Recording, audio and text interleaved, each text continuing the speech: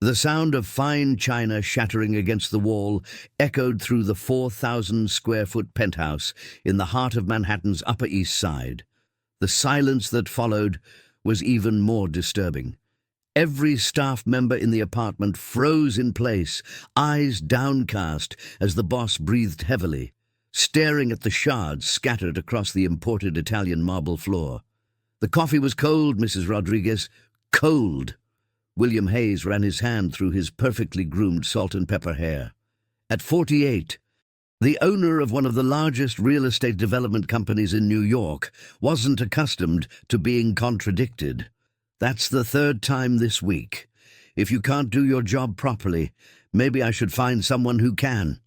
Elena Rodriguez, 42, calmly bent down to collect the broken pieces. Her hands, already aged by years of domestic work, moved with methodical efficiency. 15 years working for the Hayes family had taught her that responding wouldn't help. But today, something was different. Perhaps it was the sleepless nights on the uncomfortable couch after the ceiling in her apartment in Queens started leaking. Perhaps it was the delay in her college tuition payment that had cost her so much sacrifice. Or maybe it was simply exhaustion. "With all due respect, Mr. Hayes," she said, her voice low but firm, "you left the coffee on the table for 20 minutes while you were on the phone. No coffee in the world stays hot that long." His eyes widened. In 15 years, she had never talked back. The silence in the room became heavy as concrete. "Are you blaming me? Is that it?" His voice rose an octave. "Did you hear that? The housekeeper is blaming me." The other staff members kept their eyes down, pretending to be busy. No one wanted to get involved. "I'm not blaming anyone, just explaining. I do the best I can every day here." Elena stood up with the broken pieces in her hand, looking him in the eye for the first time. "You have no idea how difficult it is."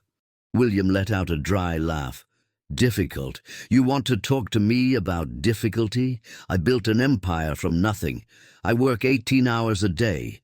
I have responsibilities you can't even imagine. And I have 3 jobs to support my family and still pay for college. I wake up at 4 in the morning and don't get home until after 11 at night." "Oh, please, if your life is so hard, why haven't you improved your situation by now? Must be lack of effort." Elena felt her face burn. "Do you really believe that? That people who don't make it simply haven't tried hard enough?" "Absolutely. That's why I am where I am. Merit alone." William adjusted the gold watch on his wrist. "You complain, but I bet you exaggerate your difficulties. No one who really puts in the effort stays stagnant." Something changed in Elena's gaze, a mixture of hurt and defiance that William had never seen before. "You know what, Mr. Hayes? I have an idea." She took a deep breath.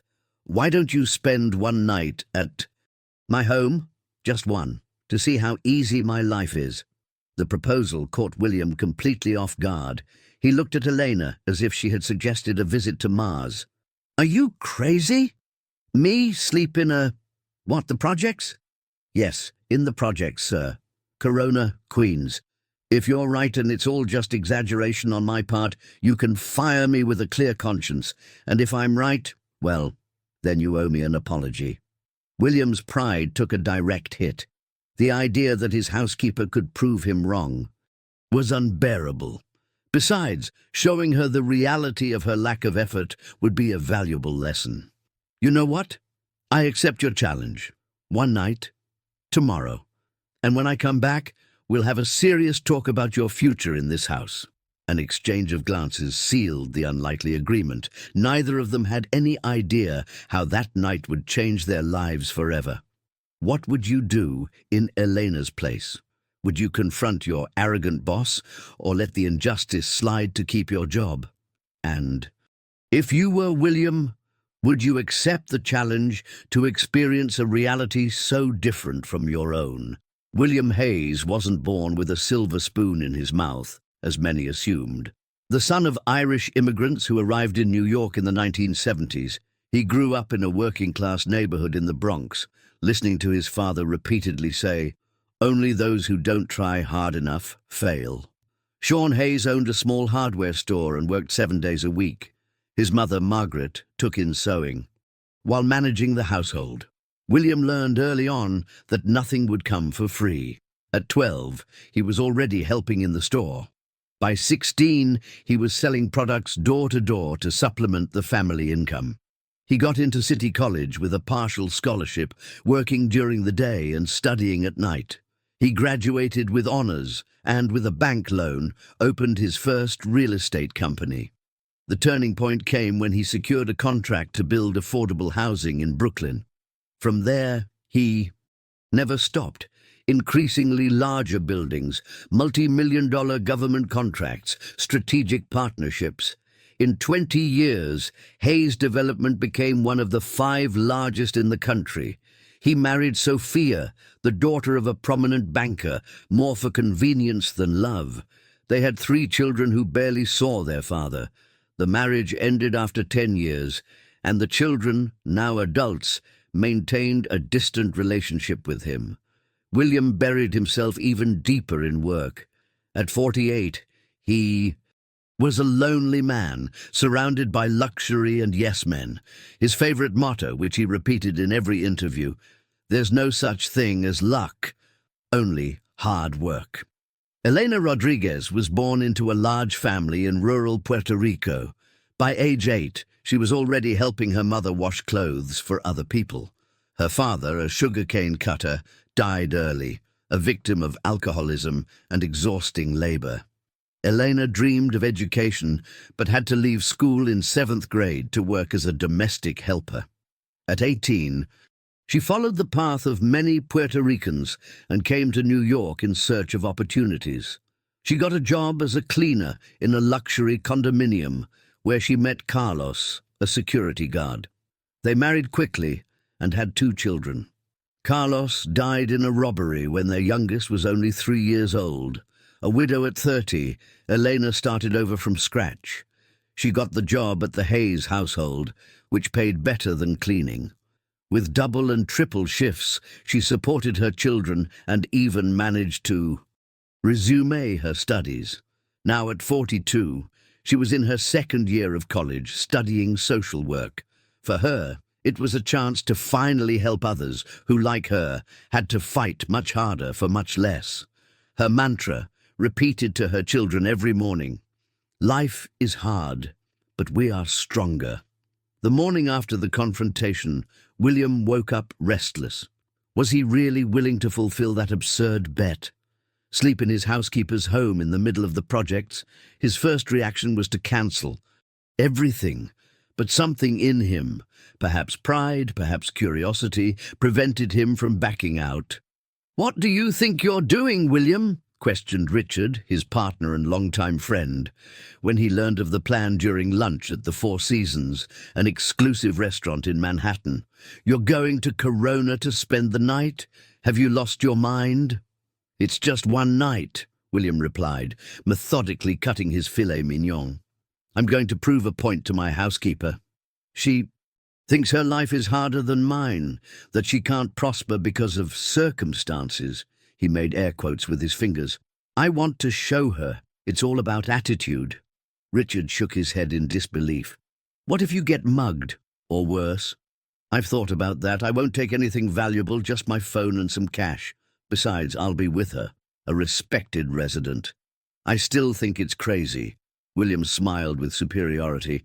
"I'm used to calculated risks, Richard. That's how you build an empire." Meanwhile, in William's elegant apartment, Elena was finishing cleaning the master bedroom with a mixture of nervousness and determination. What had she done? Invite her boss to her home? Her daughter, Jessica, 21, had already called 3 times since she found out, alternating between concern and indignation. "Mum, have you gone crazy? Bringing that arrogant man to our house? For what? For him to see reality, honey? I'm tired of being treated as if my life were easy, as if I didn't try hard enough. And you think he'll understand? People like him don't change, Mom." Elena sighed, wiping the nightstand with more force than necessary. I don't know if he'll understand, but I had to try. Deep down, Elena wondered, what was she trying to prove? That her life was difficult. William would probably find it an exotic adventure, a story to tell his rich friends. Even so, there was something about him that intrigued her, a man who had everything but seemed to have nothing. At 6 in the evening, William entered the service elevator with a small backpack. He wore jeans, a simple white t-shirt, and sneakers, the most normal clothes he could find in his closet, full of Italian suits and custom shirts. Even so, anyone could tell from a distance that those simple jeans cost Elena's monthly salary. "I'm ready," he announced when he met her in the service area, trying to sound casual. "How are we going? Should I call an Uber?" Elena suppressed a smile. "We're taking the subway, Mr. Hayes, like I do every day." The momentary panic on his face almost made her laugh. "The subway? I haven't taken the subway in... Well, I've never taken it, actually. There's always a first time, right? After all, the experience is supposed to be authentic. And so, under the scorching heat of the late afternoon New York sun, William Hayes, owner of a fortune estimated in billions, followed Elena to the subway station, beginning the journey that would change his worldview. Forever. Have you ever had to show your reality to someone who doesn't understand your difficulties? Or have you found yourself forced to experience a reality completely different from your own? How did you react? The subway was packed. William, in his 48 years, had never been so close to so many strangers at once. The car rattled through the tunnels, and he clung to the pole as if his life depended on it. The heat was suffocating, amplified by the pressed bodies. Elena, beside him, seemed completely at ease, naturally balancing with each curve or sudden stop. "You do this every day?" he asked, after a sweaty man bumped into him for the third time. "Twice a day," Elena replied. "Actually, 3 times on the days I go to college. And this is normal hours. During rush hour, it's much worse." William couldn't imagine how it could be worse. An elderly woman entered the car, and he watched as Elena immediately gave up her seat. No one else moved. That small gesture said a lot about who she was. 40 minutes later, they got off at the Corona station in Queens. The neighborhood stretched out before them, a landscape of simple homes and apartment buildings stacked one on top of the other, in narrow streets that wound uphill. Children played ball in the street, young people chatted on corners, merchants closed their small shops. It was a completely different world from Manhattan's financial center just a few miles away. "Welcome to my home, Mr. Hayes," said Elena, leading him down a steep street. As they walked, William noticed the curious stares. Clearly he didn't belong here. His clothes, his haircut, his posture, everything screamed outsider. He felt exposed and vulnerable for the first time in many years. "Is it safe here?" he asked, trying not to show nervousness. Eleanor smiled. "As safe as anywhere else." "Are there problems?" "Of course there are. But there's also community, people who care about each other. No one here is going to harm you, if that's what you're thinking." After 15 minutes of walking, they arrived at a simple 2-story apartment building, painted light blue, squeezed between other similar constructions. Elena took a set of keys from her purse and opened the small iron gate. "We finally made it," she said. "It's not much, but it's our home." The interior was clean and organized, but extremely modest. The living room, which also served as a dining area, had a worn sofa, a small table with 4 chairs and an old television. The walls had visible cracks, and William noticed a bucket strategically positioned in a corner, probably to collect water from leaks. "Mom, is that you?" A female voice came from one of the bedrooms, and soon a young woman appeared. It was Jessica, Elena's eldest daughter, a nursing student. She stopped when she saw William, her eyes widening in surprise before narrowing in clear distrust. "You must be the boss," she said, not hiding the coldness in her voice. She didn't extend her hand. Jessica, don't be rude, Elena gently reprimanded. Mr. Hayes is spending the night with us, remember? I told you yesterday. Yes, I remember. I just didn't think he'd actually come. Turning to William. Came to observe how the poor live? Going to take photos to show your rich friends? Jessica! Elena's tone was severe now. William felt his face burn. He was used to being treated with deference, not with open disdain. But there was something about the girl's frank hostility that was almost refreshing. At least she was honest.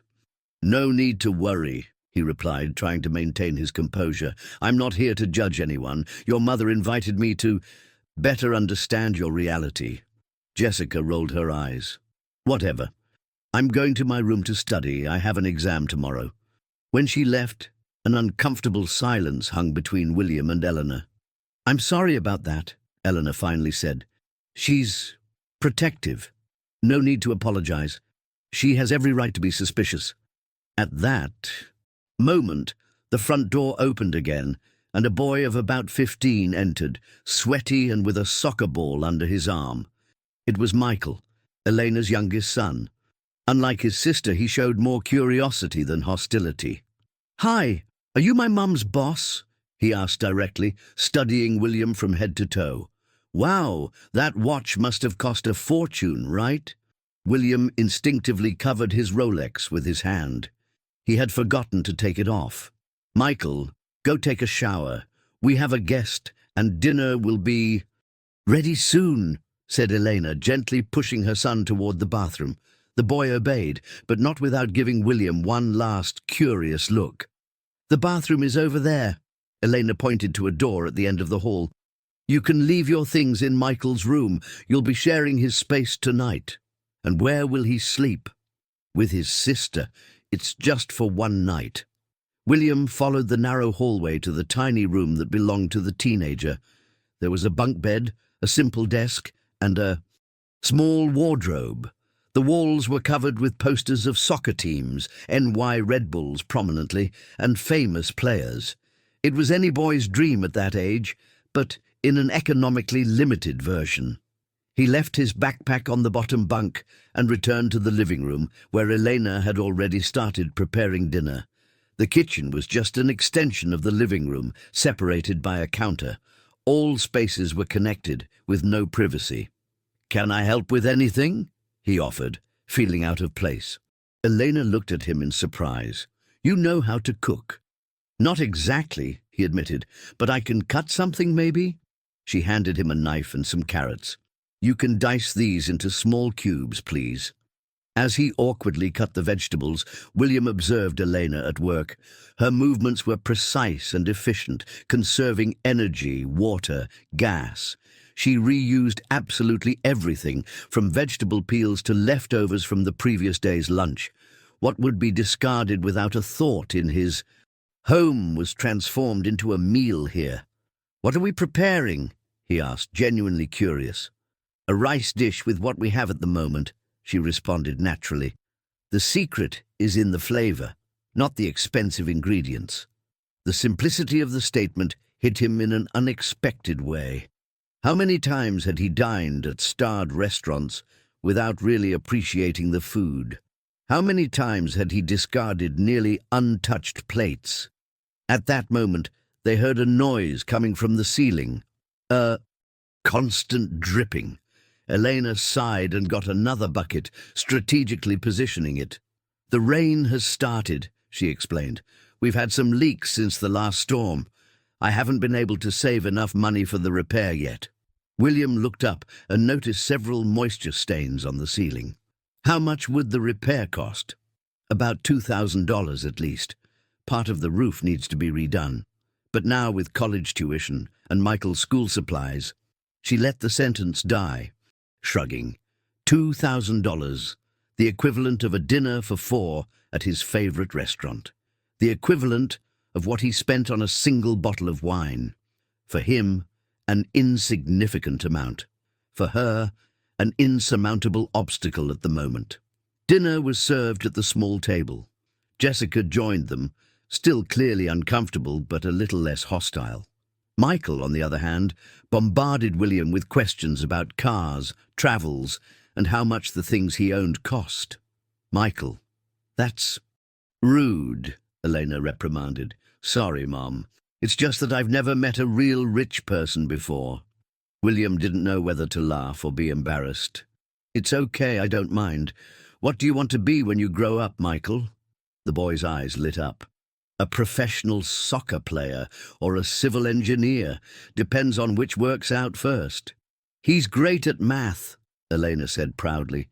His teacher says he has the potential to get into any good college. But it costs a lot, right? The boy completed. Without beating around the bush, my mum already pays for Jessica's college. I'll probably have to work and study at night like she does. The simplicity with which the teenager accepted the limitations imposed by his financial situation left William speechless. For his own children, university had never been a question, just which one to choose, in the US or abroad. During dinner, William sincerely complimented the food. The seasoned rice, made with simple ingredients, was truly delicious. There was flavor, care, and something else he couldn't identify. After the meal, Jessica withdrew to study and Michael went to play a video game on his phone. Eleanor and William were left alone, washing the dishes. Your children are amazing, he commented, drying a plate.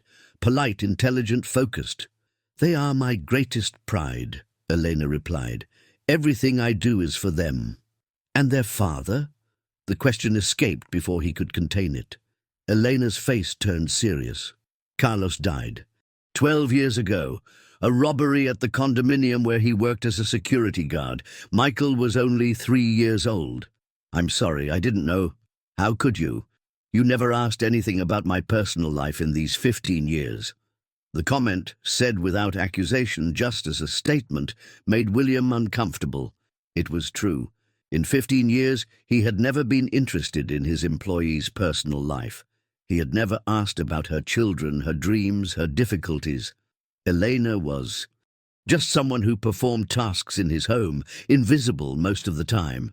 When they finished the dishes, Elena informed him, I'm going to take a shower now. You'll be the last to save on hot water. The hot water is limited. William nodded, still processing everything he was experiencing. He sat on the worn sofa and looked around, absorbing the details of the simple home. There were family photos on the walls, the children's school certificates, a small altar with a statue of the Virgin Mary. It was a real home, full of love and daily struggles. When it was his turn to take a shower, William understood another aspect of Elena's life. The old electric shower barely heated the water, the pressure was weak, and the bathroom space so small he could barely turn around. He was used to his 300-square-foot bathroom, with a jacuzzi and unlimited hot water. What a luxury that was, which he had never recognized as privilege. Lying on Michael's bunk bed, looking at the peeling ceiling, William couldn't sleep. The mattress was thin and uncomfortable. The apartment noisy with sounds from the neighborhood that never seemed to completely fall asleep. Some music played in the distance. A baby cried in a nearby home. Motorcycles went up and down the street. But it wasn't the physical discomforts that kept him awake. It was something deeper, a restlessness of the soul. For the first time in many years, William Hayes was questioning certainties he had carried throughout his adult life. Did he really understand the meaning of effort and reward? Was his success exclusively the fruit of his work, or were there other factors, opportunities, connections, luck, that he had never recognized? And Elena, working 3 shifts, sleeping few hours a night, raising 2 children alone and still studying, wasn't she making an effort? The answer was beginning to form in his mind, bothering him like a pebble in his shoe. If you were in William's place, how would this experience affect your worldview? Have you ever had a moment in life when your certainties were deeply shaken? The next morning, William suggested calling an Uber to return to Manhattan. Elena shook her head. The objective was for you to experience my routine, wasn't it? That includes public transportation. William swallowed hard. The idea of facing a crowded subway again wasn't appealing. but he had made a bet. "You're right. Let's do it your way." The walk to the subway station was silent. The neighborhood was gradually waking up. Some bakeries opening, hurried workers leaving their homes, mothers taking sleepy children to daycare. William observed everything with new eyes. "Does everyone wake up this early?" he asked. "Most people. Those who work far away have no choice. If you catch the subway after 6 a.m., you won't arrive on time." The subway arrived packed, more crowded than the night before. William was squeezed against the door, while Elena balanced with the familiarity of someone who has done in this for years. 20 minutes later, they got off to make a transfer. "Now we take the queue to Lexington Avenue," she explained. As they waited, William noticed something curious. Despite the evident fatigue on her face, Elena displayed a dignity that many people in his social circle lacked. There was no self-pity or bitterness, just a quiet determination to move forward. "Elena," he began, hesitant, "how do you manage to stay positive with so many difficulties?"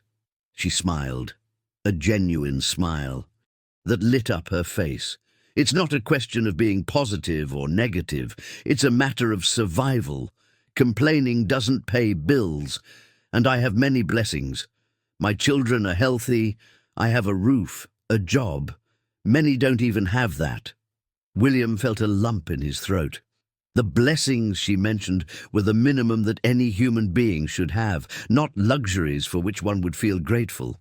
The second subway was even more uncomfortable than the first. William lost count of how many times. He was stepped on or pushed. When they finally got off on Lexington Avenue, he felt exhausted, and the day hadn't even officially begun. "Now we walk 10 blocks to your apartment," Elena informed him. 10 blocks? Every day? "It's the easiest part of the trip," she laughed softly. "At least I can breathe fresh air." During the walk, William observed the city awakening. Luxury stores still closed, hurried executives with gourmet coffee cups, imposing buildings that he himself had helped build. It was his world, a world that now seemed strangely alien and artificial. When they arrived at his luxury condominium, he felt a glaring contrast. Only 24 hours had passed since he had left, but it felt as if he had lived a lifetime in that interval. "Good morning, Mr. Hayes," the doorman greeted him effusively. "Good morning, Mrs. Rodriguez." The difference in tone was evident. Deference for him, cordial familiarity for her. They went up in the main elevator, a change that William deliberately implemented, contrary to his routine of always sending Elena through the service elevator. The doorman raised his eyebrows but didn't comment. As they entered the apartment, the luxurious silence greeted them. It was a different silence from that of Elena's home, not the silence of people sleeping, but the empty silence of unoccupied spaces. "I'll prepare your coffee, Mr. Hayes," said Elena, heading to the kitchen. "No need," he replied quickly. "Actually, can you sit with me in the living room? We need to talk." The surprise on her face was evident. In 15 years, they had never really talked, much less in the living room. They sat on the Italian leather sofa that had cost the equivalent of a year of her salary. William took a deep breath, organizing his thoughts. "Elena, I need to thank you." "Thank me? For what, sir?" "For showing me a reality that I refused to see. I always believed that success depended only on individual effort, that those who didn't make it simply weren't trying hard enough." He paused, looking at his own hands. "Now I realize how limited that view is. You work much harder than I do, Elena. Much harder. Your day has more hours, your effort is greater, your responsibilities are heavy. And yet I don't have what you have," she completed without bitterness. "Is that what you wanted to understand?" William nodded humbly. "You had opportunities that I didn't have," Eleanor continued. "I'm not diminishing your effort. I know you worked hard to build your empire, but you had a foundation, you had quality education, you had doors that opened. I also make an effort, Mr. Hayes, but I start several steps behind in the race. And yet you keep running, he murmured, more to himself than to her. What choice do I have? My children deserve a better future. William felt a genuine admiration growing inside him. What would he be without the opportunities he had, without the bank financing for his first venture, without his ex-wife's father's connections? You know what impressed me the most, he said after a moment. How you face everything without bitterness. I would be angry at the world if I were in your situation. Elena smiled, a smile wiser than her years. Anger consumes energy, sir, and energy is a luxury I can't waste. William's phone rang, interrupting the moment. It was Richard, his partner. William, you survived the night in the projects? The mocking voice echoed through the device.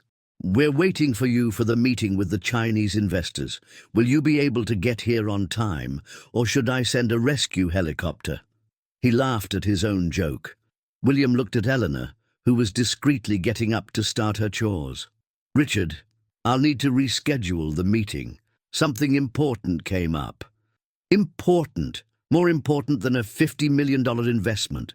Yes, William replied firmly. Much more important. I'll explain later. He hung up before Richard could protest. Elena was already in the kitchen, putting on her apron. Elena, he called, following her, I need to do something. Would you allow me to renovate your apartment? The ceiling, the leaks.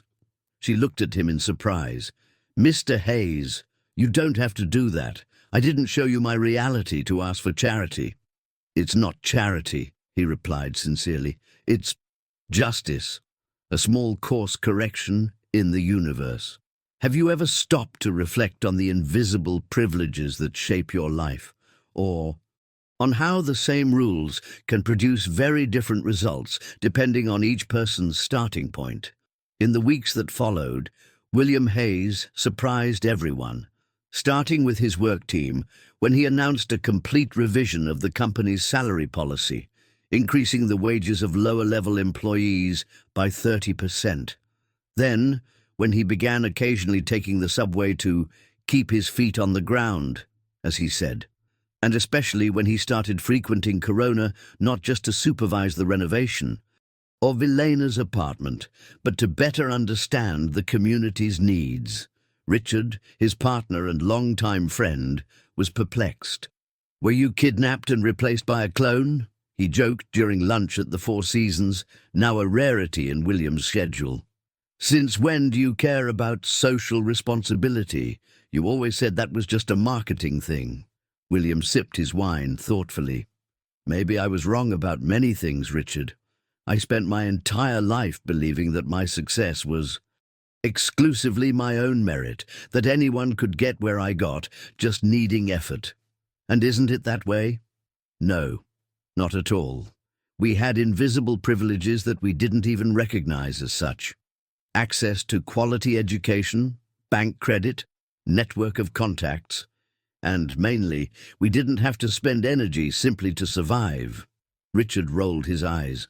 For God's sake, William, one night in the projects and you turned into a social worker? What happened to the pragmatic man I knew? He opened his eyes, William replied simply, and I can't close them again.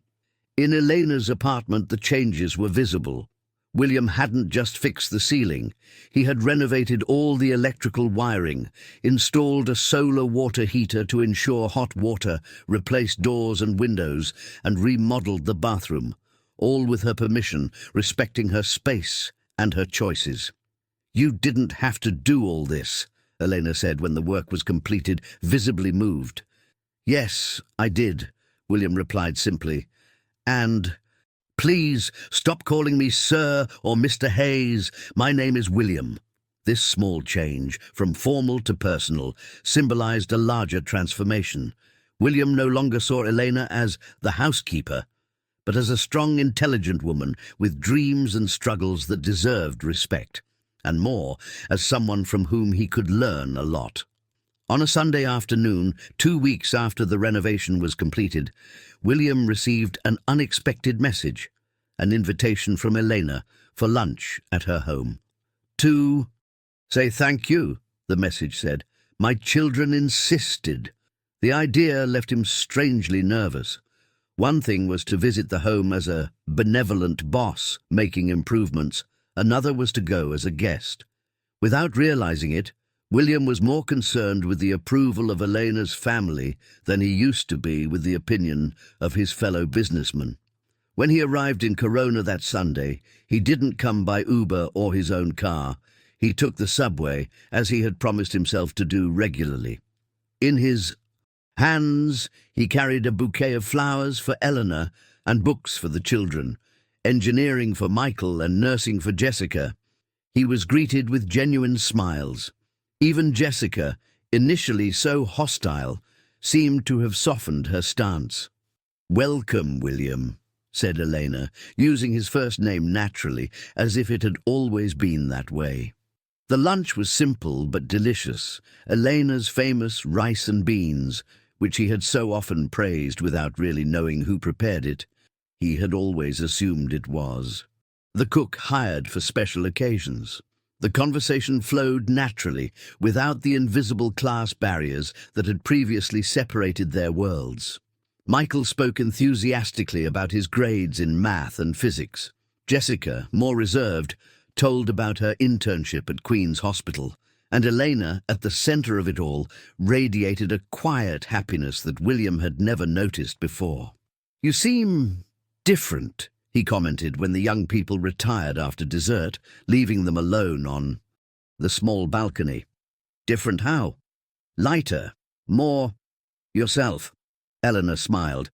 "Maybe because now I can be who I really am, not just the housekeeper." William felt ashamed to realize how, for years, he had reduced this incredible woman to a function, denying her complete humanity. "I'm sorry it took me so long to see you," he said, sincere. "The important thing is that you see now," she replied simply. Their eyes met for a moment too long. William felt something stir inside him.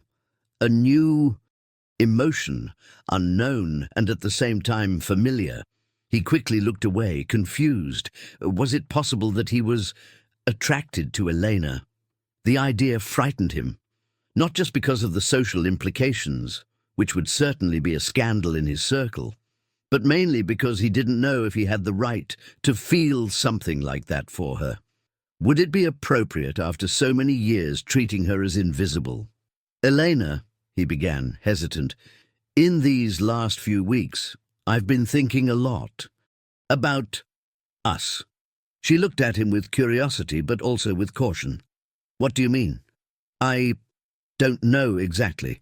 I just know that you've changed my life, my way of seeing the world, and now William's cell phone rang, interrupting the moment.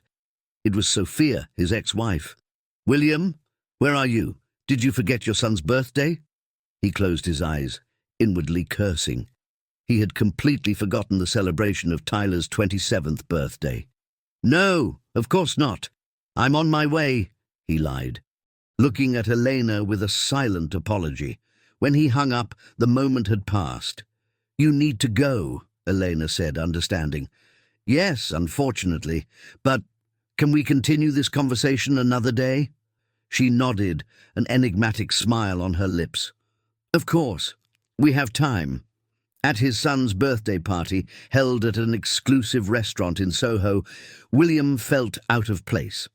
The same faces as always, the same superficial conversations, the same display of wealth that had once seemed normal to him, and now sounded obscene. "Dad, where were you?" Tyler asked, clearly annoyed. "We were about to cut the cake without you." "I'm sorry. I was taking care of some things." Tyler examined him with curiosity. "You seem different. Everyone's talking about it." "Different how?" "I can't explain it. Less arrogant, maybe?" His son shrugged. "What happened? Midlife crisis?" William smiled. "Something like that. Let's just say I had a change in perspective." Tyler didn't ask more. Never been close enough for confidences. During dinner, William found himself thinking about Elena, about the welcoming simplicity of her home, the honesty of her family, the conversation they had started and not finished. For the first time in a long time, he felt torn between two worlds and wasn't sure which one he truly belonged to. A few days later, William made an unexpected decision. He informed Elena that she would no longer need to work as a housekeeper in his home. Instead, he offered her an administrative position at his development company, with a salary 3 times higher and hours compatible with her studies. "You have potential for much more than cleaning my house, Elena. You always have." She accepted the proposal, emotional, but also resilient as always. "Thank you for the opportunity. I'll work hard to deserve it." "You already deserve it," he replied. "You always have." The transition wasn't easy. Some employees at the company received Elena with suspicion, whispering about favoritism and inappropriate relationship, even though nothing had happened between them beyond a growing friendship and increasingly deep conversations.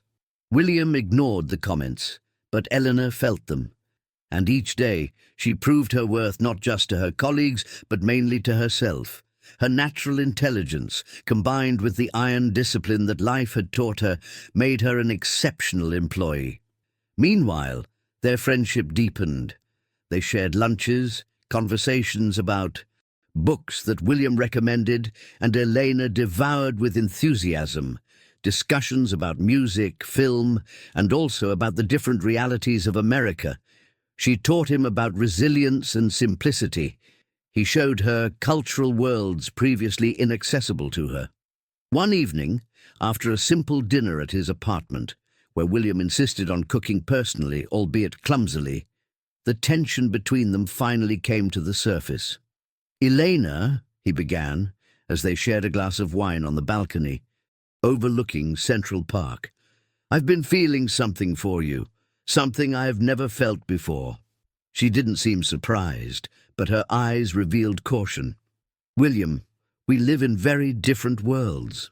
"Not anymore," he replied. "Or at least, not as much as before."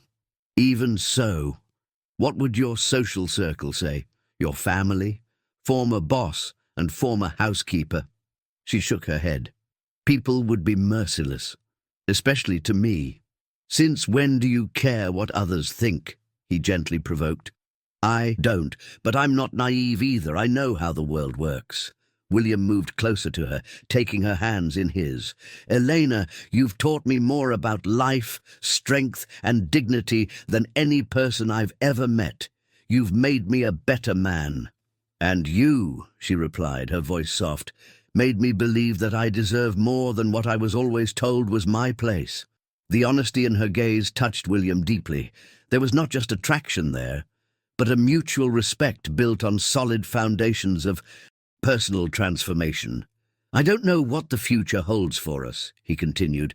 "I just know that I want to find out with you." Slowly, like someone testing the waters of an unknown river, William leaned in to kiss her.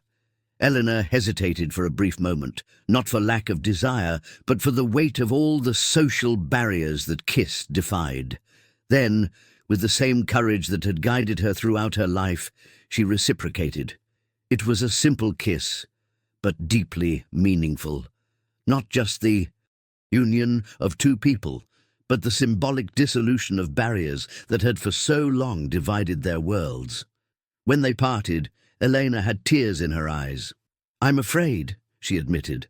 "So am I," William confessed. "But if I've learned anything from you, it's that fear shouldn't stop us from living. Do you think there are social barriers that love really can't overcome, or are they just constructs that we can challenge when we find enough courage?" In the months that followed, William and Eleanor carefully navigated the uncharted waters of their relationship. It wasn't easy. Each step brought new challenges, diverse reactions, and profound learnings for both. Jessica was the first to know. Contrary to William's expectations, she reacted with a mixture of caution and understanding. "Do you love him, Mom?" she asked directly, when Elena told her about the relationship. "Yes," Elena replied simply, "and he respects me. That's the most important thing." Jessica studied her mother's face for a long moment. "If he hurts you—" "He won't," Elena interrupted with confidence. "William isn't the man we met before." Michael, on the other hand, was enthusiastic about the news. At 15, he saw William as a kind of mentor, someone who had opened doors to his world of academic dreams, offering books, conversations about engineering, and even visits to the company's construction sites. "Does this mean we're going to live in that giant apartment?" was his first question, drawing laughter from Elena and William. "Let's take it slow, son. We're just beginning to get to know each other in this new way." In William's social circle, the reactions were predictable. Richard, his partner, oscillated between incredulity and genuine concern. "Are you sure about this, William? One thing is having this philanthropic phase. Something completely different is getting involved with your ex-housekeeper." "Don't talk about her like that," William replied, more firmly than he intended. "Elena is a competent professional, a dedicated student, an amazing mother, and an extraordinary woman." Richard raised his hands in surrender. All right, I'm just worried about you. And the company, of course. Comments are already emerging." "Let them talk," William replied with a calmness that surprised even himself. "My personal life isn't open for a vote." William's children had distinct reactions. Tyler, the oldest, was distant and critical. "Honestly, Dad, first you turn into some kind of corporate Robin Hood, now this? What's next? You'll sell everything and become a monk?" "It's not a phase, Tyler. It's an evolution. I hope one day you'll understand." Amanda, the middle child, was more receptive. At 25, she had always been the most sensitive of the three. "If she makes you happy, Dad, that's what matters. Besides, Mom has already remarried twice since the divorce. You deserve to find someone too." Noah, the youngest at 22, reserved his judgment. "I want to get to know her. Better before I offer an opinion," he said pragmatically. "Not the woman who cleaned our house, but the woman you fell in love with." It was actually Noah who surprised William, becoming the first of his children to create a genuine bond with Elena. Perhaps because, as a sociology student, he was more open to challenging social conventions, or perhaps simply because, less bitter than his siblings about their parents' divorce, he could see his father's happiness without resentment. The first time William took Elena to an important social event was a test for both. It was the annual dinner of the Real Estate Developers Association at the Plaza Hotel in Manhattan. William made a point of introducing her not as an employee, not as a friend, but as his companion. Elena was stunning in an elegant navy blue dress, but without ostentation. She had refused William's offer to buy something more expensive. "I want to be myself," she explained, "not an artificial version of me." The stares and whispers didn't go unnoticed. Some developers' wives deliberately avoided her. Other men observed her with an indiscreet, almost offensive curiosity. "Is everything okay?" William asked, noticing her discomfort. "I feel like an exotic animal at the zoo," she confessed with a tense smile. "We can leave if you want." She straightened her shoulders. "No, I won't give them that satisfaction." At that moment, an unexpected figure approached. Sophia, William's ex-wife. "So it's you," she said, looking Eleanor up and down. "The woman who transformed William Hayes into an almost decent man." There was a tense pause. William prepared to intervene, but Eleanor responded with dignity. William was always a decent man. Perhaps he just needed to be reminded of that. Sophia blinked, surprised, then let out an unexpected laugh. "I like you," she declared, raising her champagne flute. "You have courage. You'll need it." With an almost cordial nod, she moved away, leaving William and Eleanor equally perplexed. "That was surprising," he commented. "Life is full of surprises," Elena replied, allowing herself to relax a little. Some good, others not so much. The important thing is how we react to them. Elena's simple but profound philosophy was one of the many aspects that fascinated William. She had a natural wisdom, born not from academic theories, but from the raw experience of life. A wisdom that he, with all his formal knowledge and business success, had never achieved on his own. 6 months into their relationship, William made an unexpected proposal. "I want to create a foundation," he announced during a simple dinner at Elena's apartment, which she still kept in Corona, "to facilitate access to higher education for young people from underprivileged communities." Elena observed him with curiosity. "What inspired this idea?" "You, Jessica, Michael, your struggle to study despite all the obstacles. I want to help knock down some of those barriers." Elena's eyes shone with contained emotion. "That would be transformative. And I want you to direct the foundation," William added. "No one understands these needs better than you." She was silent for a long moment. "I don't have experience for this, William. I haven't even finished my degree yet.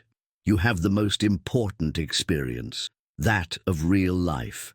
The rest we can learn together." The proposal was more than a professional opportunity. It was a recognition of Elena's value, of her intelligence and capability, not as the businessman's girlfriend, but as a leader in her own right. The New Horizons Foundation was born 3 months later. Housed in a renovated building on the border between Corona and Forest Hills, symbolically at the intersection between two worlds, it began offering scholarships, professional mentoring, and psychological support for low-income youth with academic potential. Elena, initially insecure in her new role, flourished quickly. Her natural empathy and deep understanding of the scholar's needs, combined with efficient resource management, made the foundation a model of social impact. William, in turn, found in strategic philanthropy a new passion. Not the superficial charity he had practiced in the past to ease his conscience, but a genuine investment in social transformation. "I'm proud of you," Elena said one night, as they analyzed together the Foundation's first semester results. "Many men in your position would never question their privileges, much less use their power to make a difference." William smiled, holding her hand across the table. "You gave me something that no money can buy, Elena." "What's that?" "Perspective. And with it, a purpose greater than accumulating wealth." Life together wasn't all roses. They had cultural differences, distinct habits, divergent expectations about many things, from where to dine to how to spend money. William still struggled to understand why Elena insisted on saving on things he considered basic. She, in turn, was still surprised by his detachment regarding money. "It's just a dinner, Elena. Why can't we go to Daniel's?" "Because it costs the value of a month's groceries for a family, William." "I can't ignore that." These differences, instead of driving them apart, became opportunities for growth. William learned to value simple experiences he would have despised before. Elena allowed herself occasionally to enjoy small luxuries without guilt. A year into their relationship, William proposed they live together. To his surprise, Elena hesitated. "I don't know if I'm ready to leave Corona," she confessed. "This place, with all its problems, is still my home, my community." William understood. Instead of insisting she move into his Upper East Side apartment, he proposed an unexpected solution. "What if we buy a new house, neither in Corona nor in the Upper East Side, a place that's ours that doesn't carry either of our pasts?" The idea pleased Elena. Together they found a cozy house in Forest Hills, a neighborhood that, though privileged, was less ostentatious than the Upper East Side. It had a magnificent view of Flushing Meadows Corona Park and enough space to receive both their children. The move symbolized the beginning of a new phase. Neither William nor Elena tried to erase their origins or deny their histories, but they were building something new, a bridge between two worlds that they discovered weren't as irreconcilable as they seemed. Jessica graduated in nursing with honors and received an offer to work at Memorial Sloan Kettering, one of the most prestigious hospitals in New York. Michael, now 16, had been accepted with a full scholarship to one of the best private schools in the city and dreamed of the engineering entrance exam at MIT. William continued at the helm of his development company, but with a different philosophy. He implemented a profit-sharing program for all employees, from construction workers to executives. He created a division exclusively focused on affordable housing with sustainable technologies, and he refused contracts that involved dubious practices, even if profitable. "You're ruining your reputation in the market," Richard warned during a tense meeting.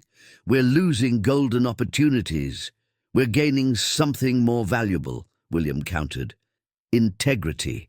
Eleanor graduated in social work and, besides directing the foundation, began a master's in public policy. Her practical experience, combined with academic knowledge, made her a respected voice in forums and debates on social inequality.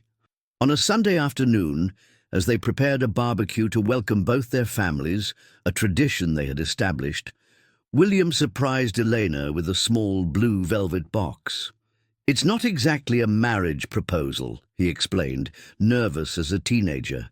"It's more a symbol of my commitment to you, to what we've built together." The ring was simple and elegant, a blue sapphire surrounded by small diamonds, nothing ostentatious but of undeniable beauty. "It's perfect," Elena said, moved. "Like us." "Perfect?" he laughed. "Far from it. We're full of flaws and contradictions." "Yes," she agreed, putting on the ring, "but perfect in our imperfection, perfect in our willingness to grow together." At that moment, with their families on the way and a shared life flourishing, William finally understood what Elena had always known. True wealth wasn't in material possessions or power, but in the ability to authentically connect with other human beings, to make a difference in someone's life, to learn and evolve every day. The distance between their worlds, which had once seemed insurmountable, had revealed itself as a space for growth, a fertile ground where new possibilities could flourish. "Who would have thought," he murmured, embracing her from behind as they watched the sunset over Forest Hills, "that my best investment would be in a cold cup of coffee?" Elena laughed, leaning back. "Against him. And who would have thought that my greatest reward would come from having the courage to tell the truth to an arrogant boss? The future would still bring challenges, no doubt. Society wouldn't change its structures overnight. The differences between them wouldn't magically disappear. But they had found something rare and precious: the ability to see through the barriers that separate people, to recognize the common humanity that dwells in each of us. And that, more than any bank, account or title, was a true treasure. When the first class of New Horizons Foundation scholars graduated, brilliant young people from Corona, Harlem, the South Bronx, and other peripheral communities of New York, William and Elena stood side by side at the ceremony. The proud looks they exchanged were worth more than 1,000 words. Those young people represented the promise of an America where the distances between different worlds could, little by little, diminish, where effort would be recognized not as a measuring stick for merit, but as an expression of human potential that deserves to be nurtured and celebrated in all its forms. Do you believe that transformative encounters like William and Elena's are possible in our so divided society? Or do you think social barriers are too strong to allow true connections between such different worlds?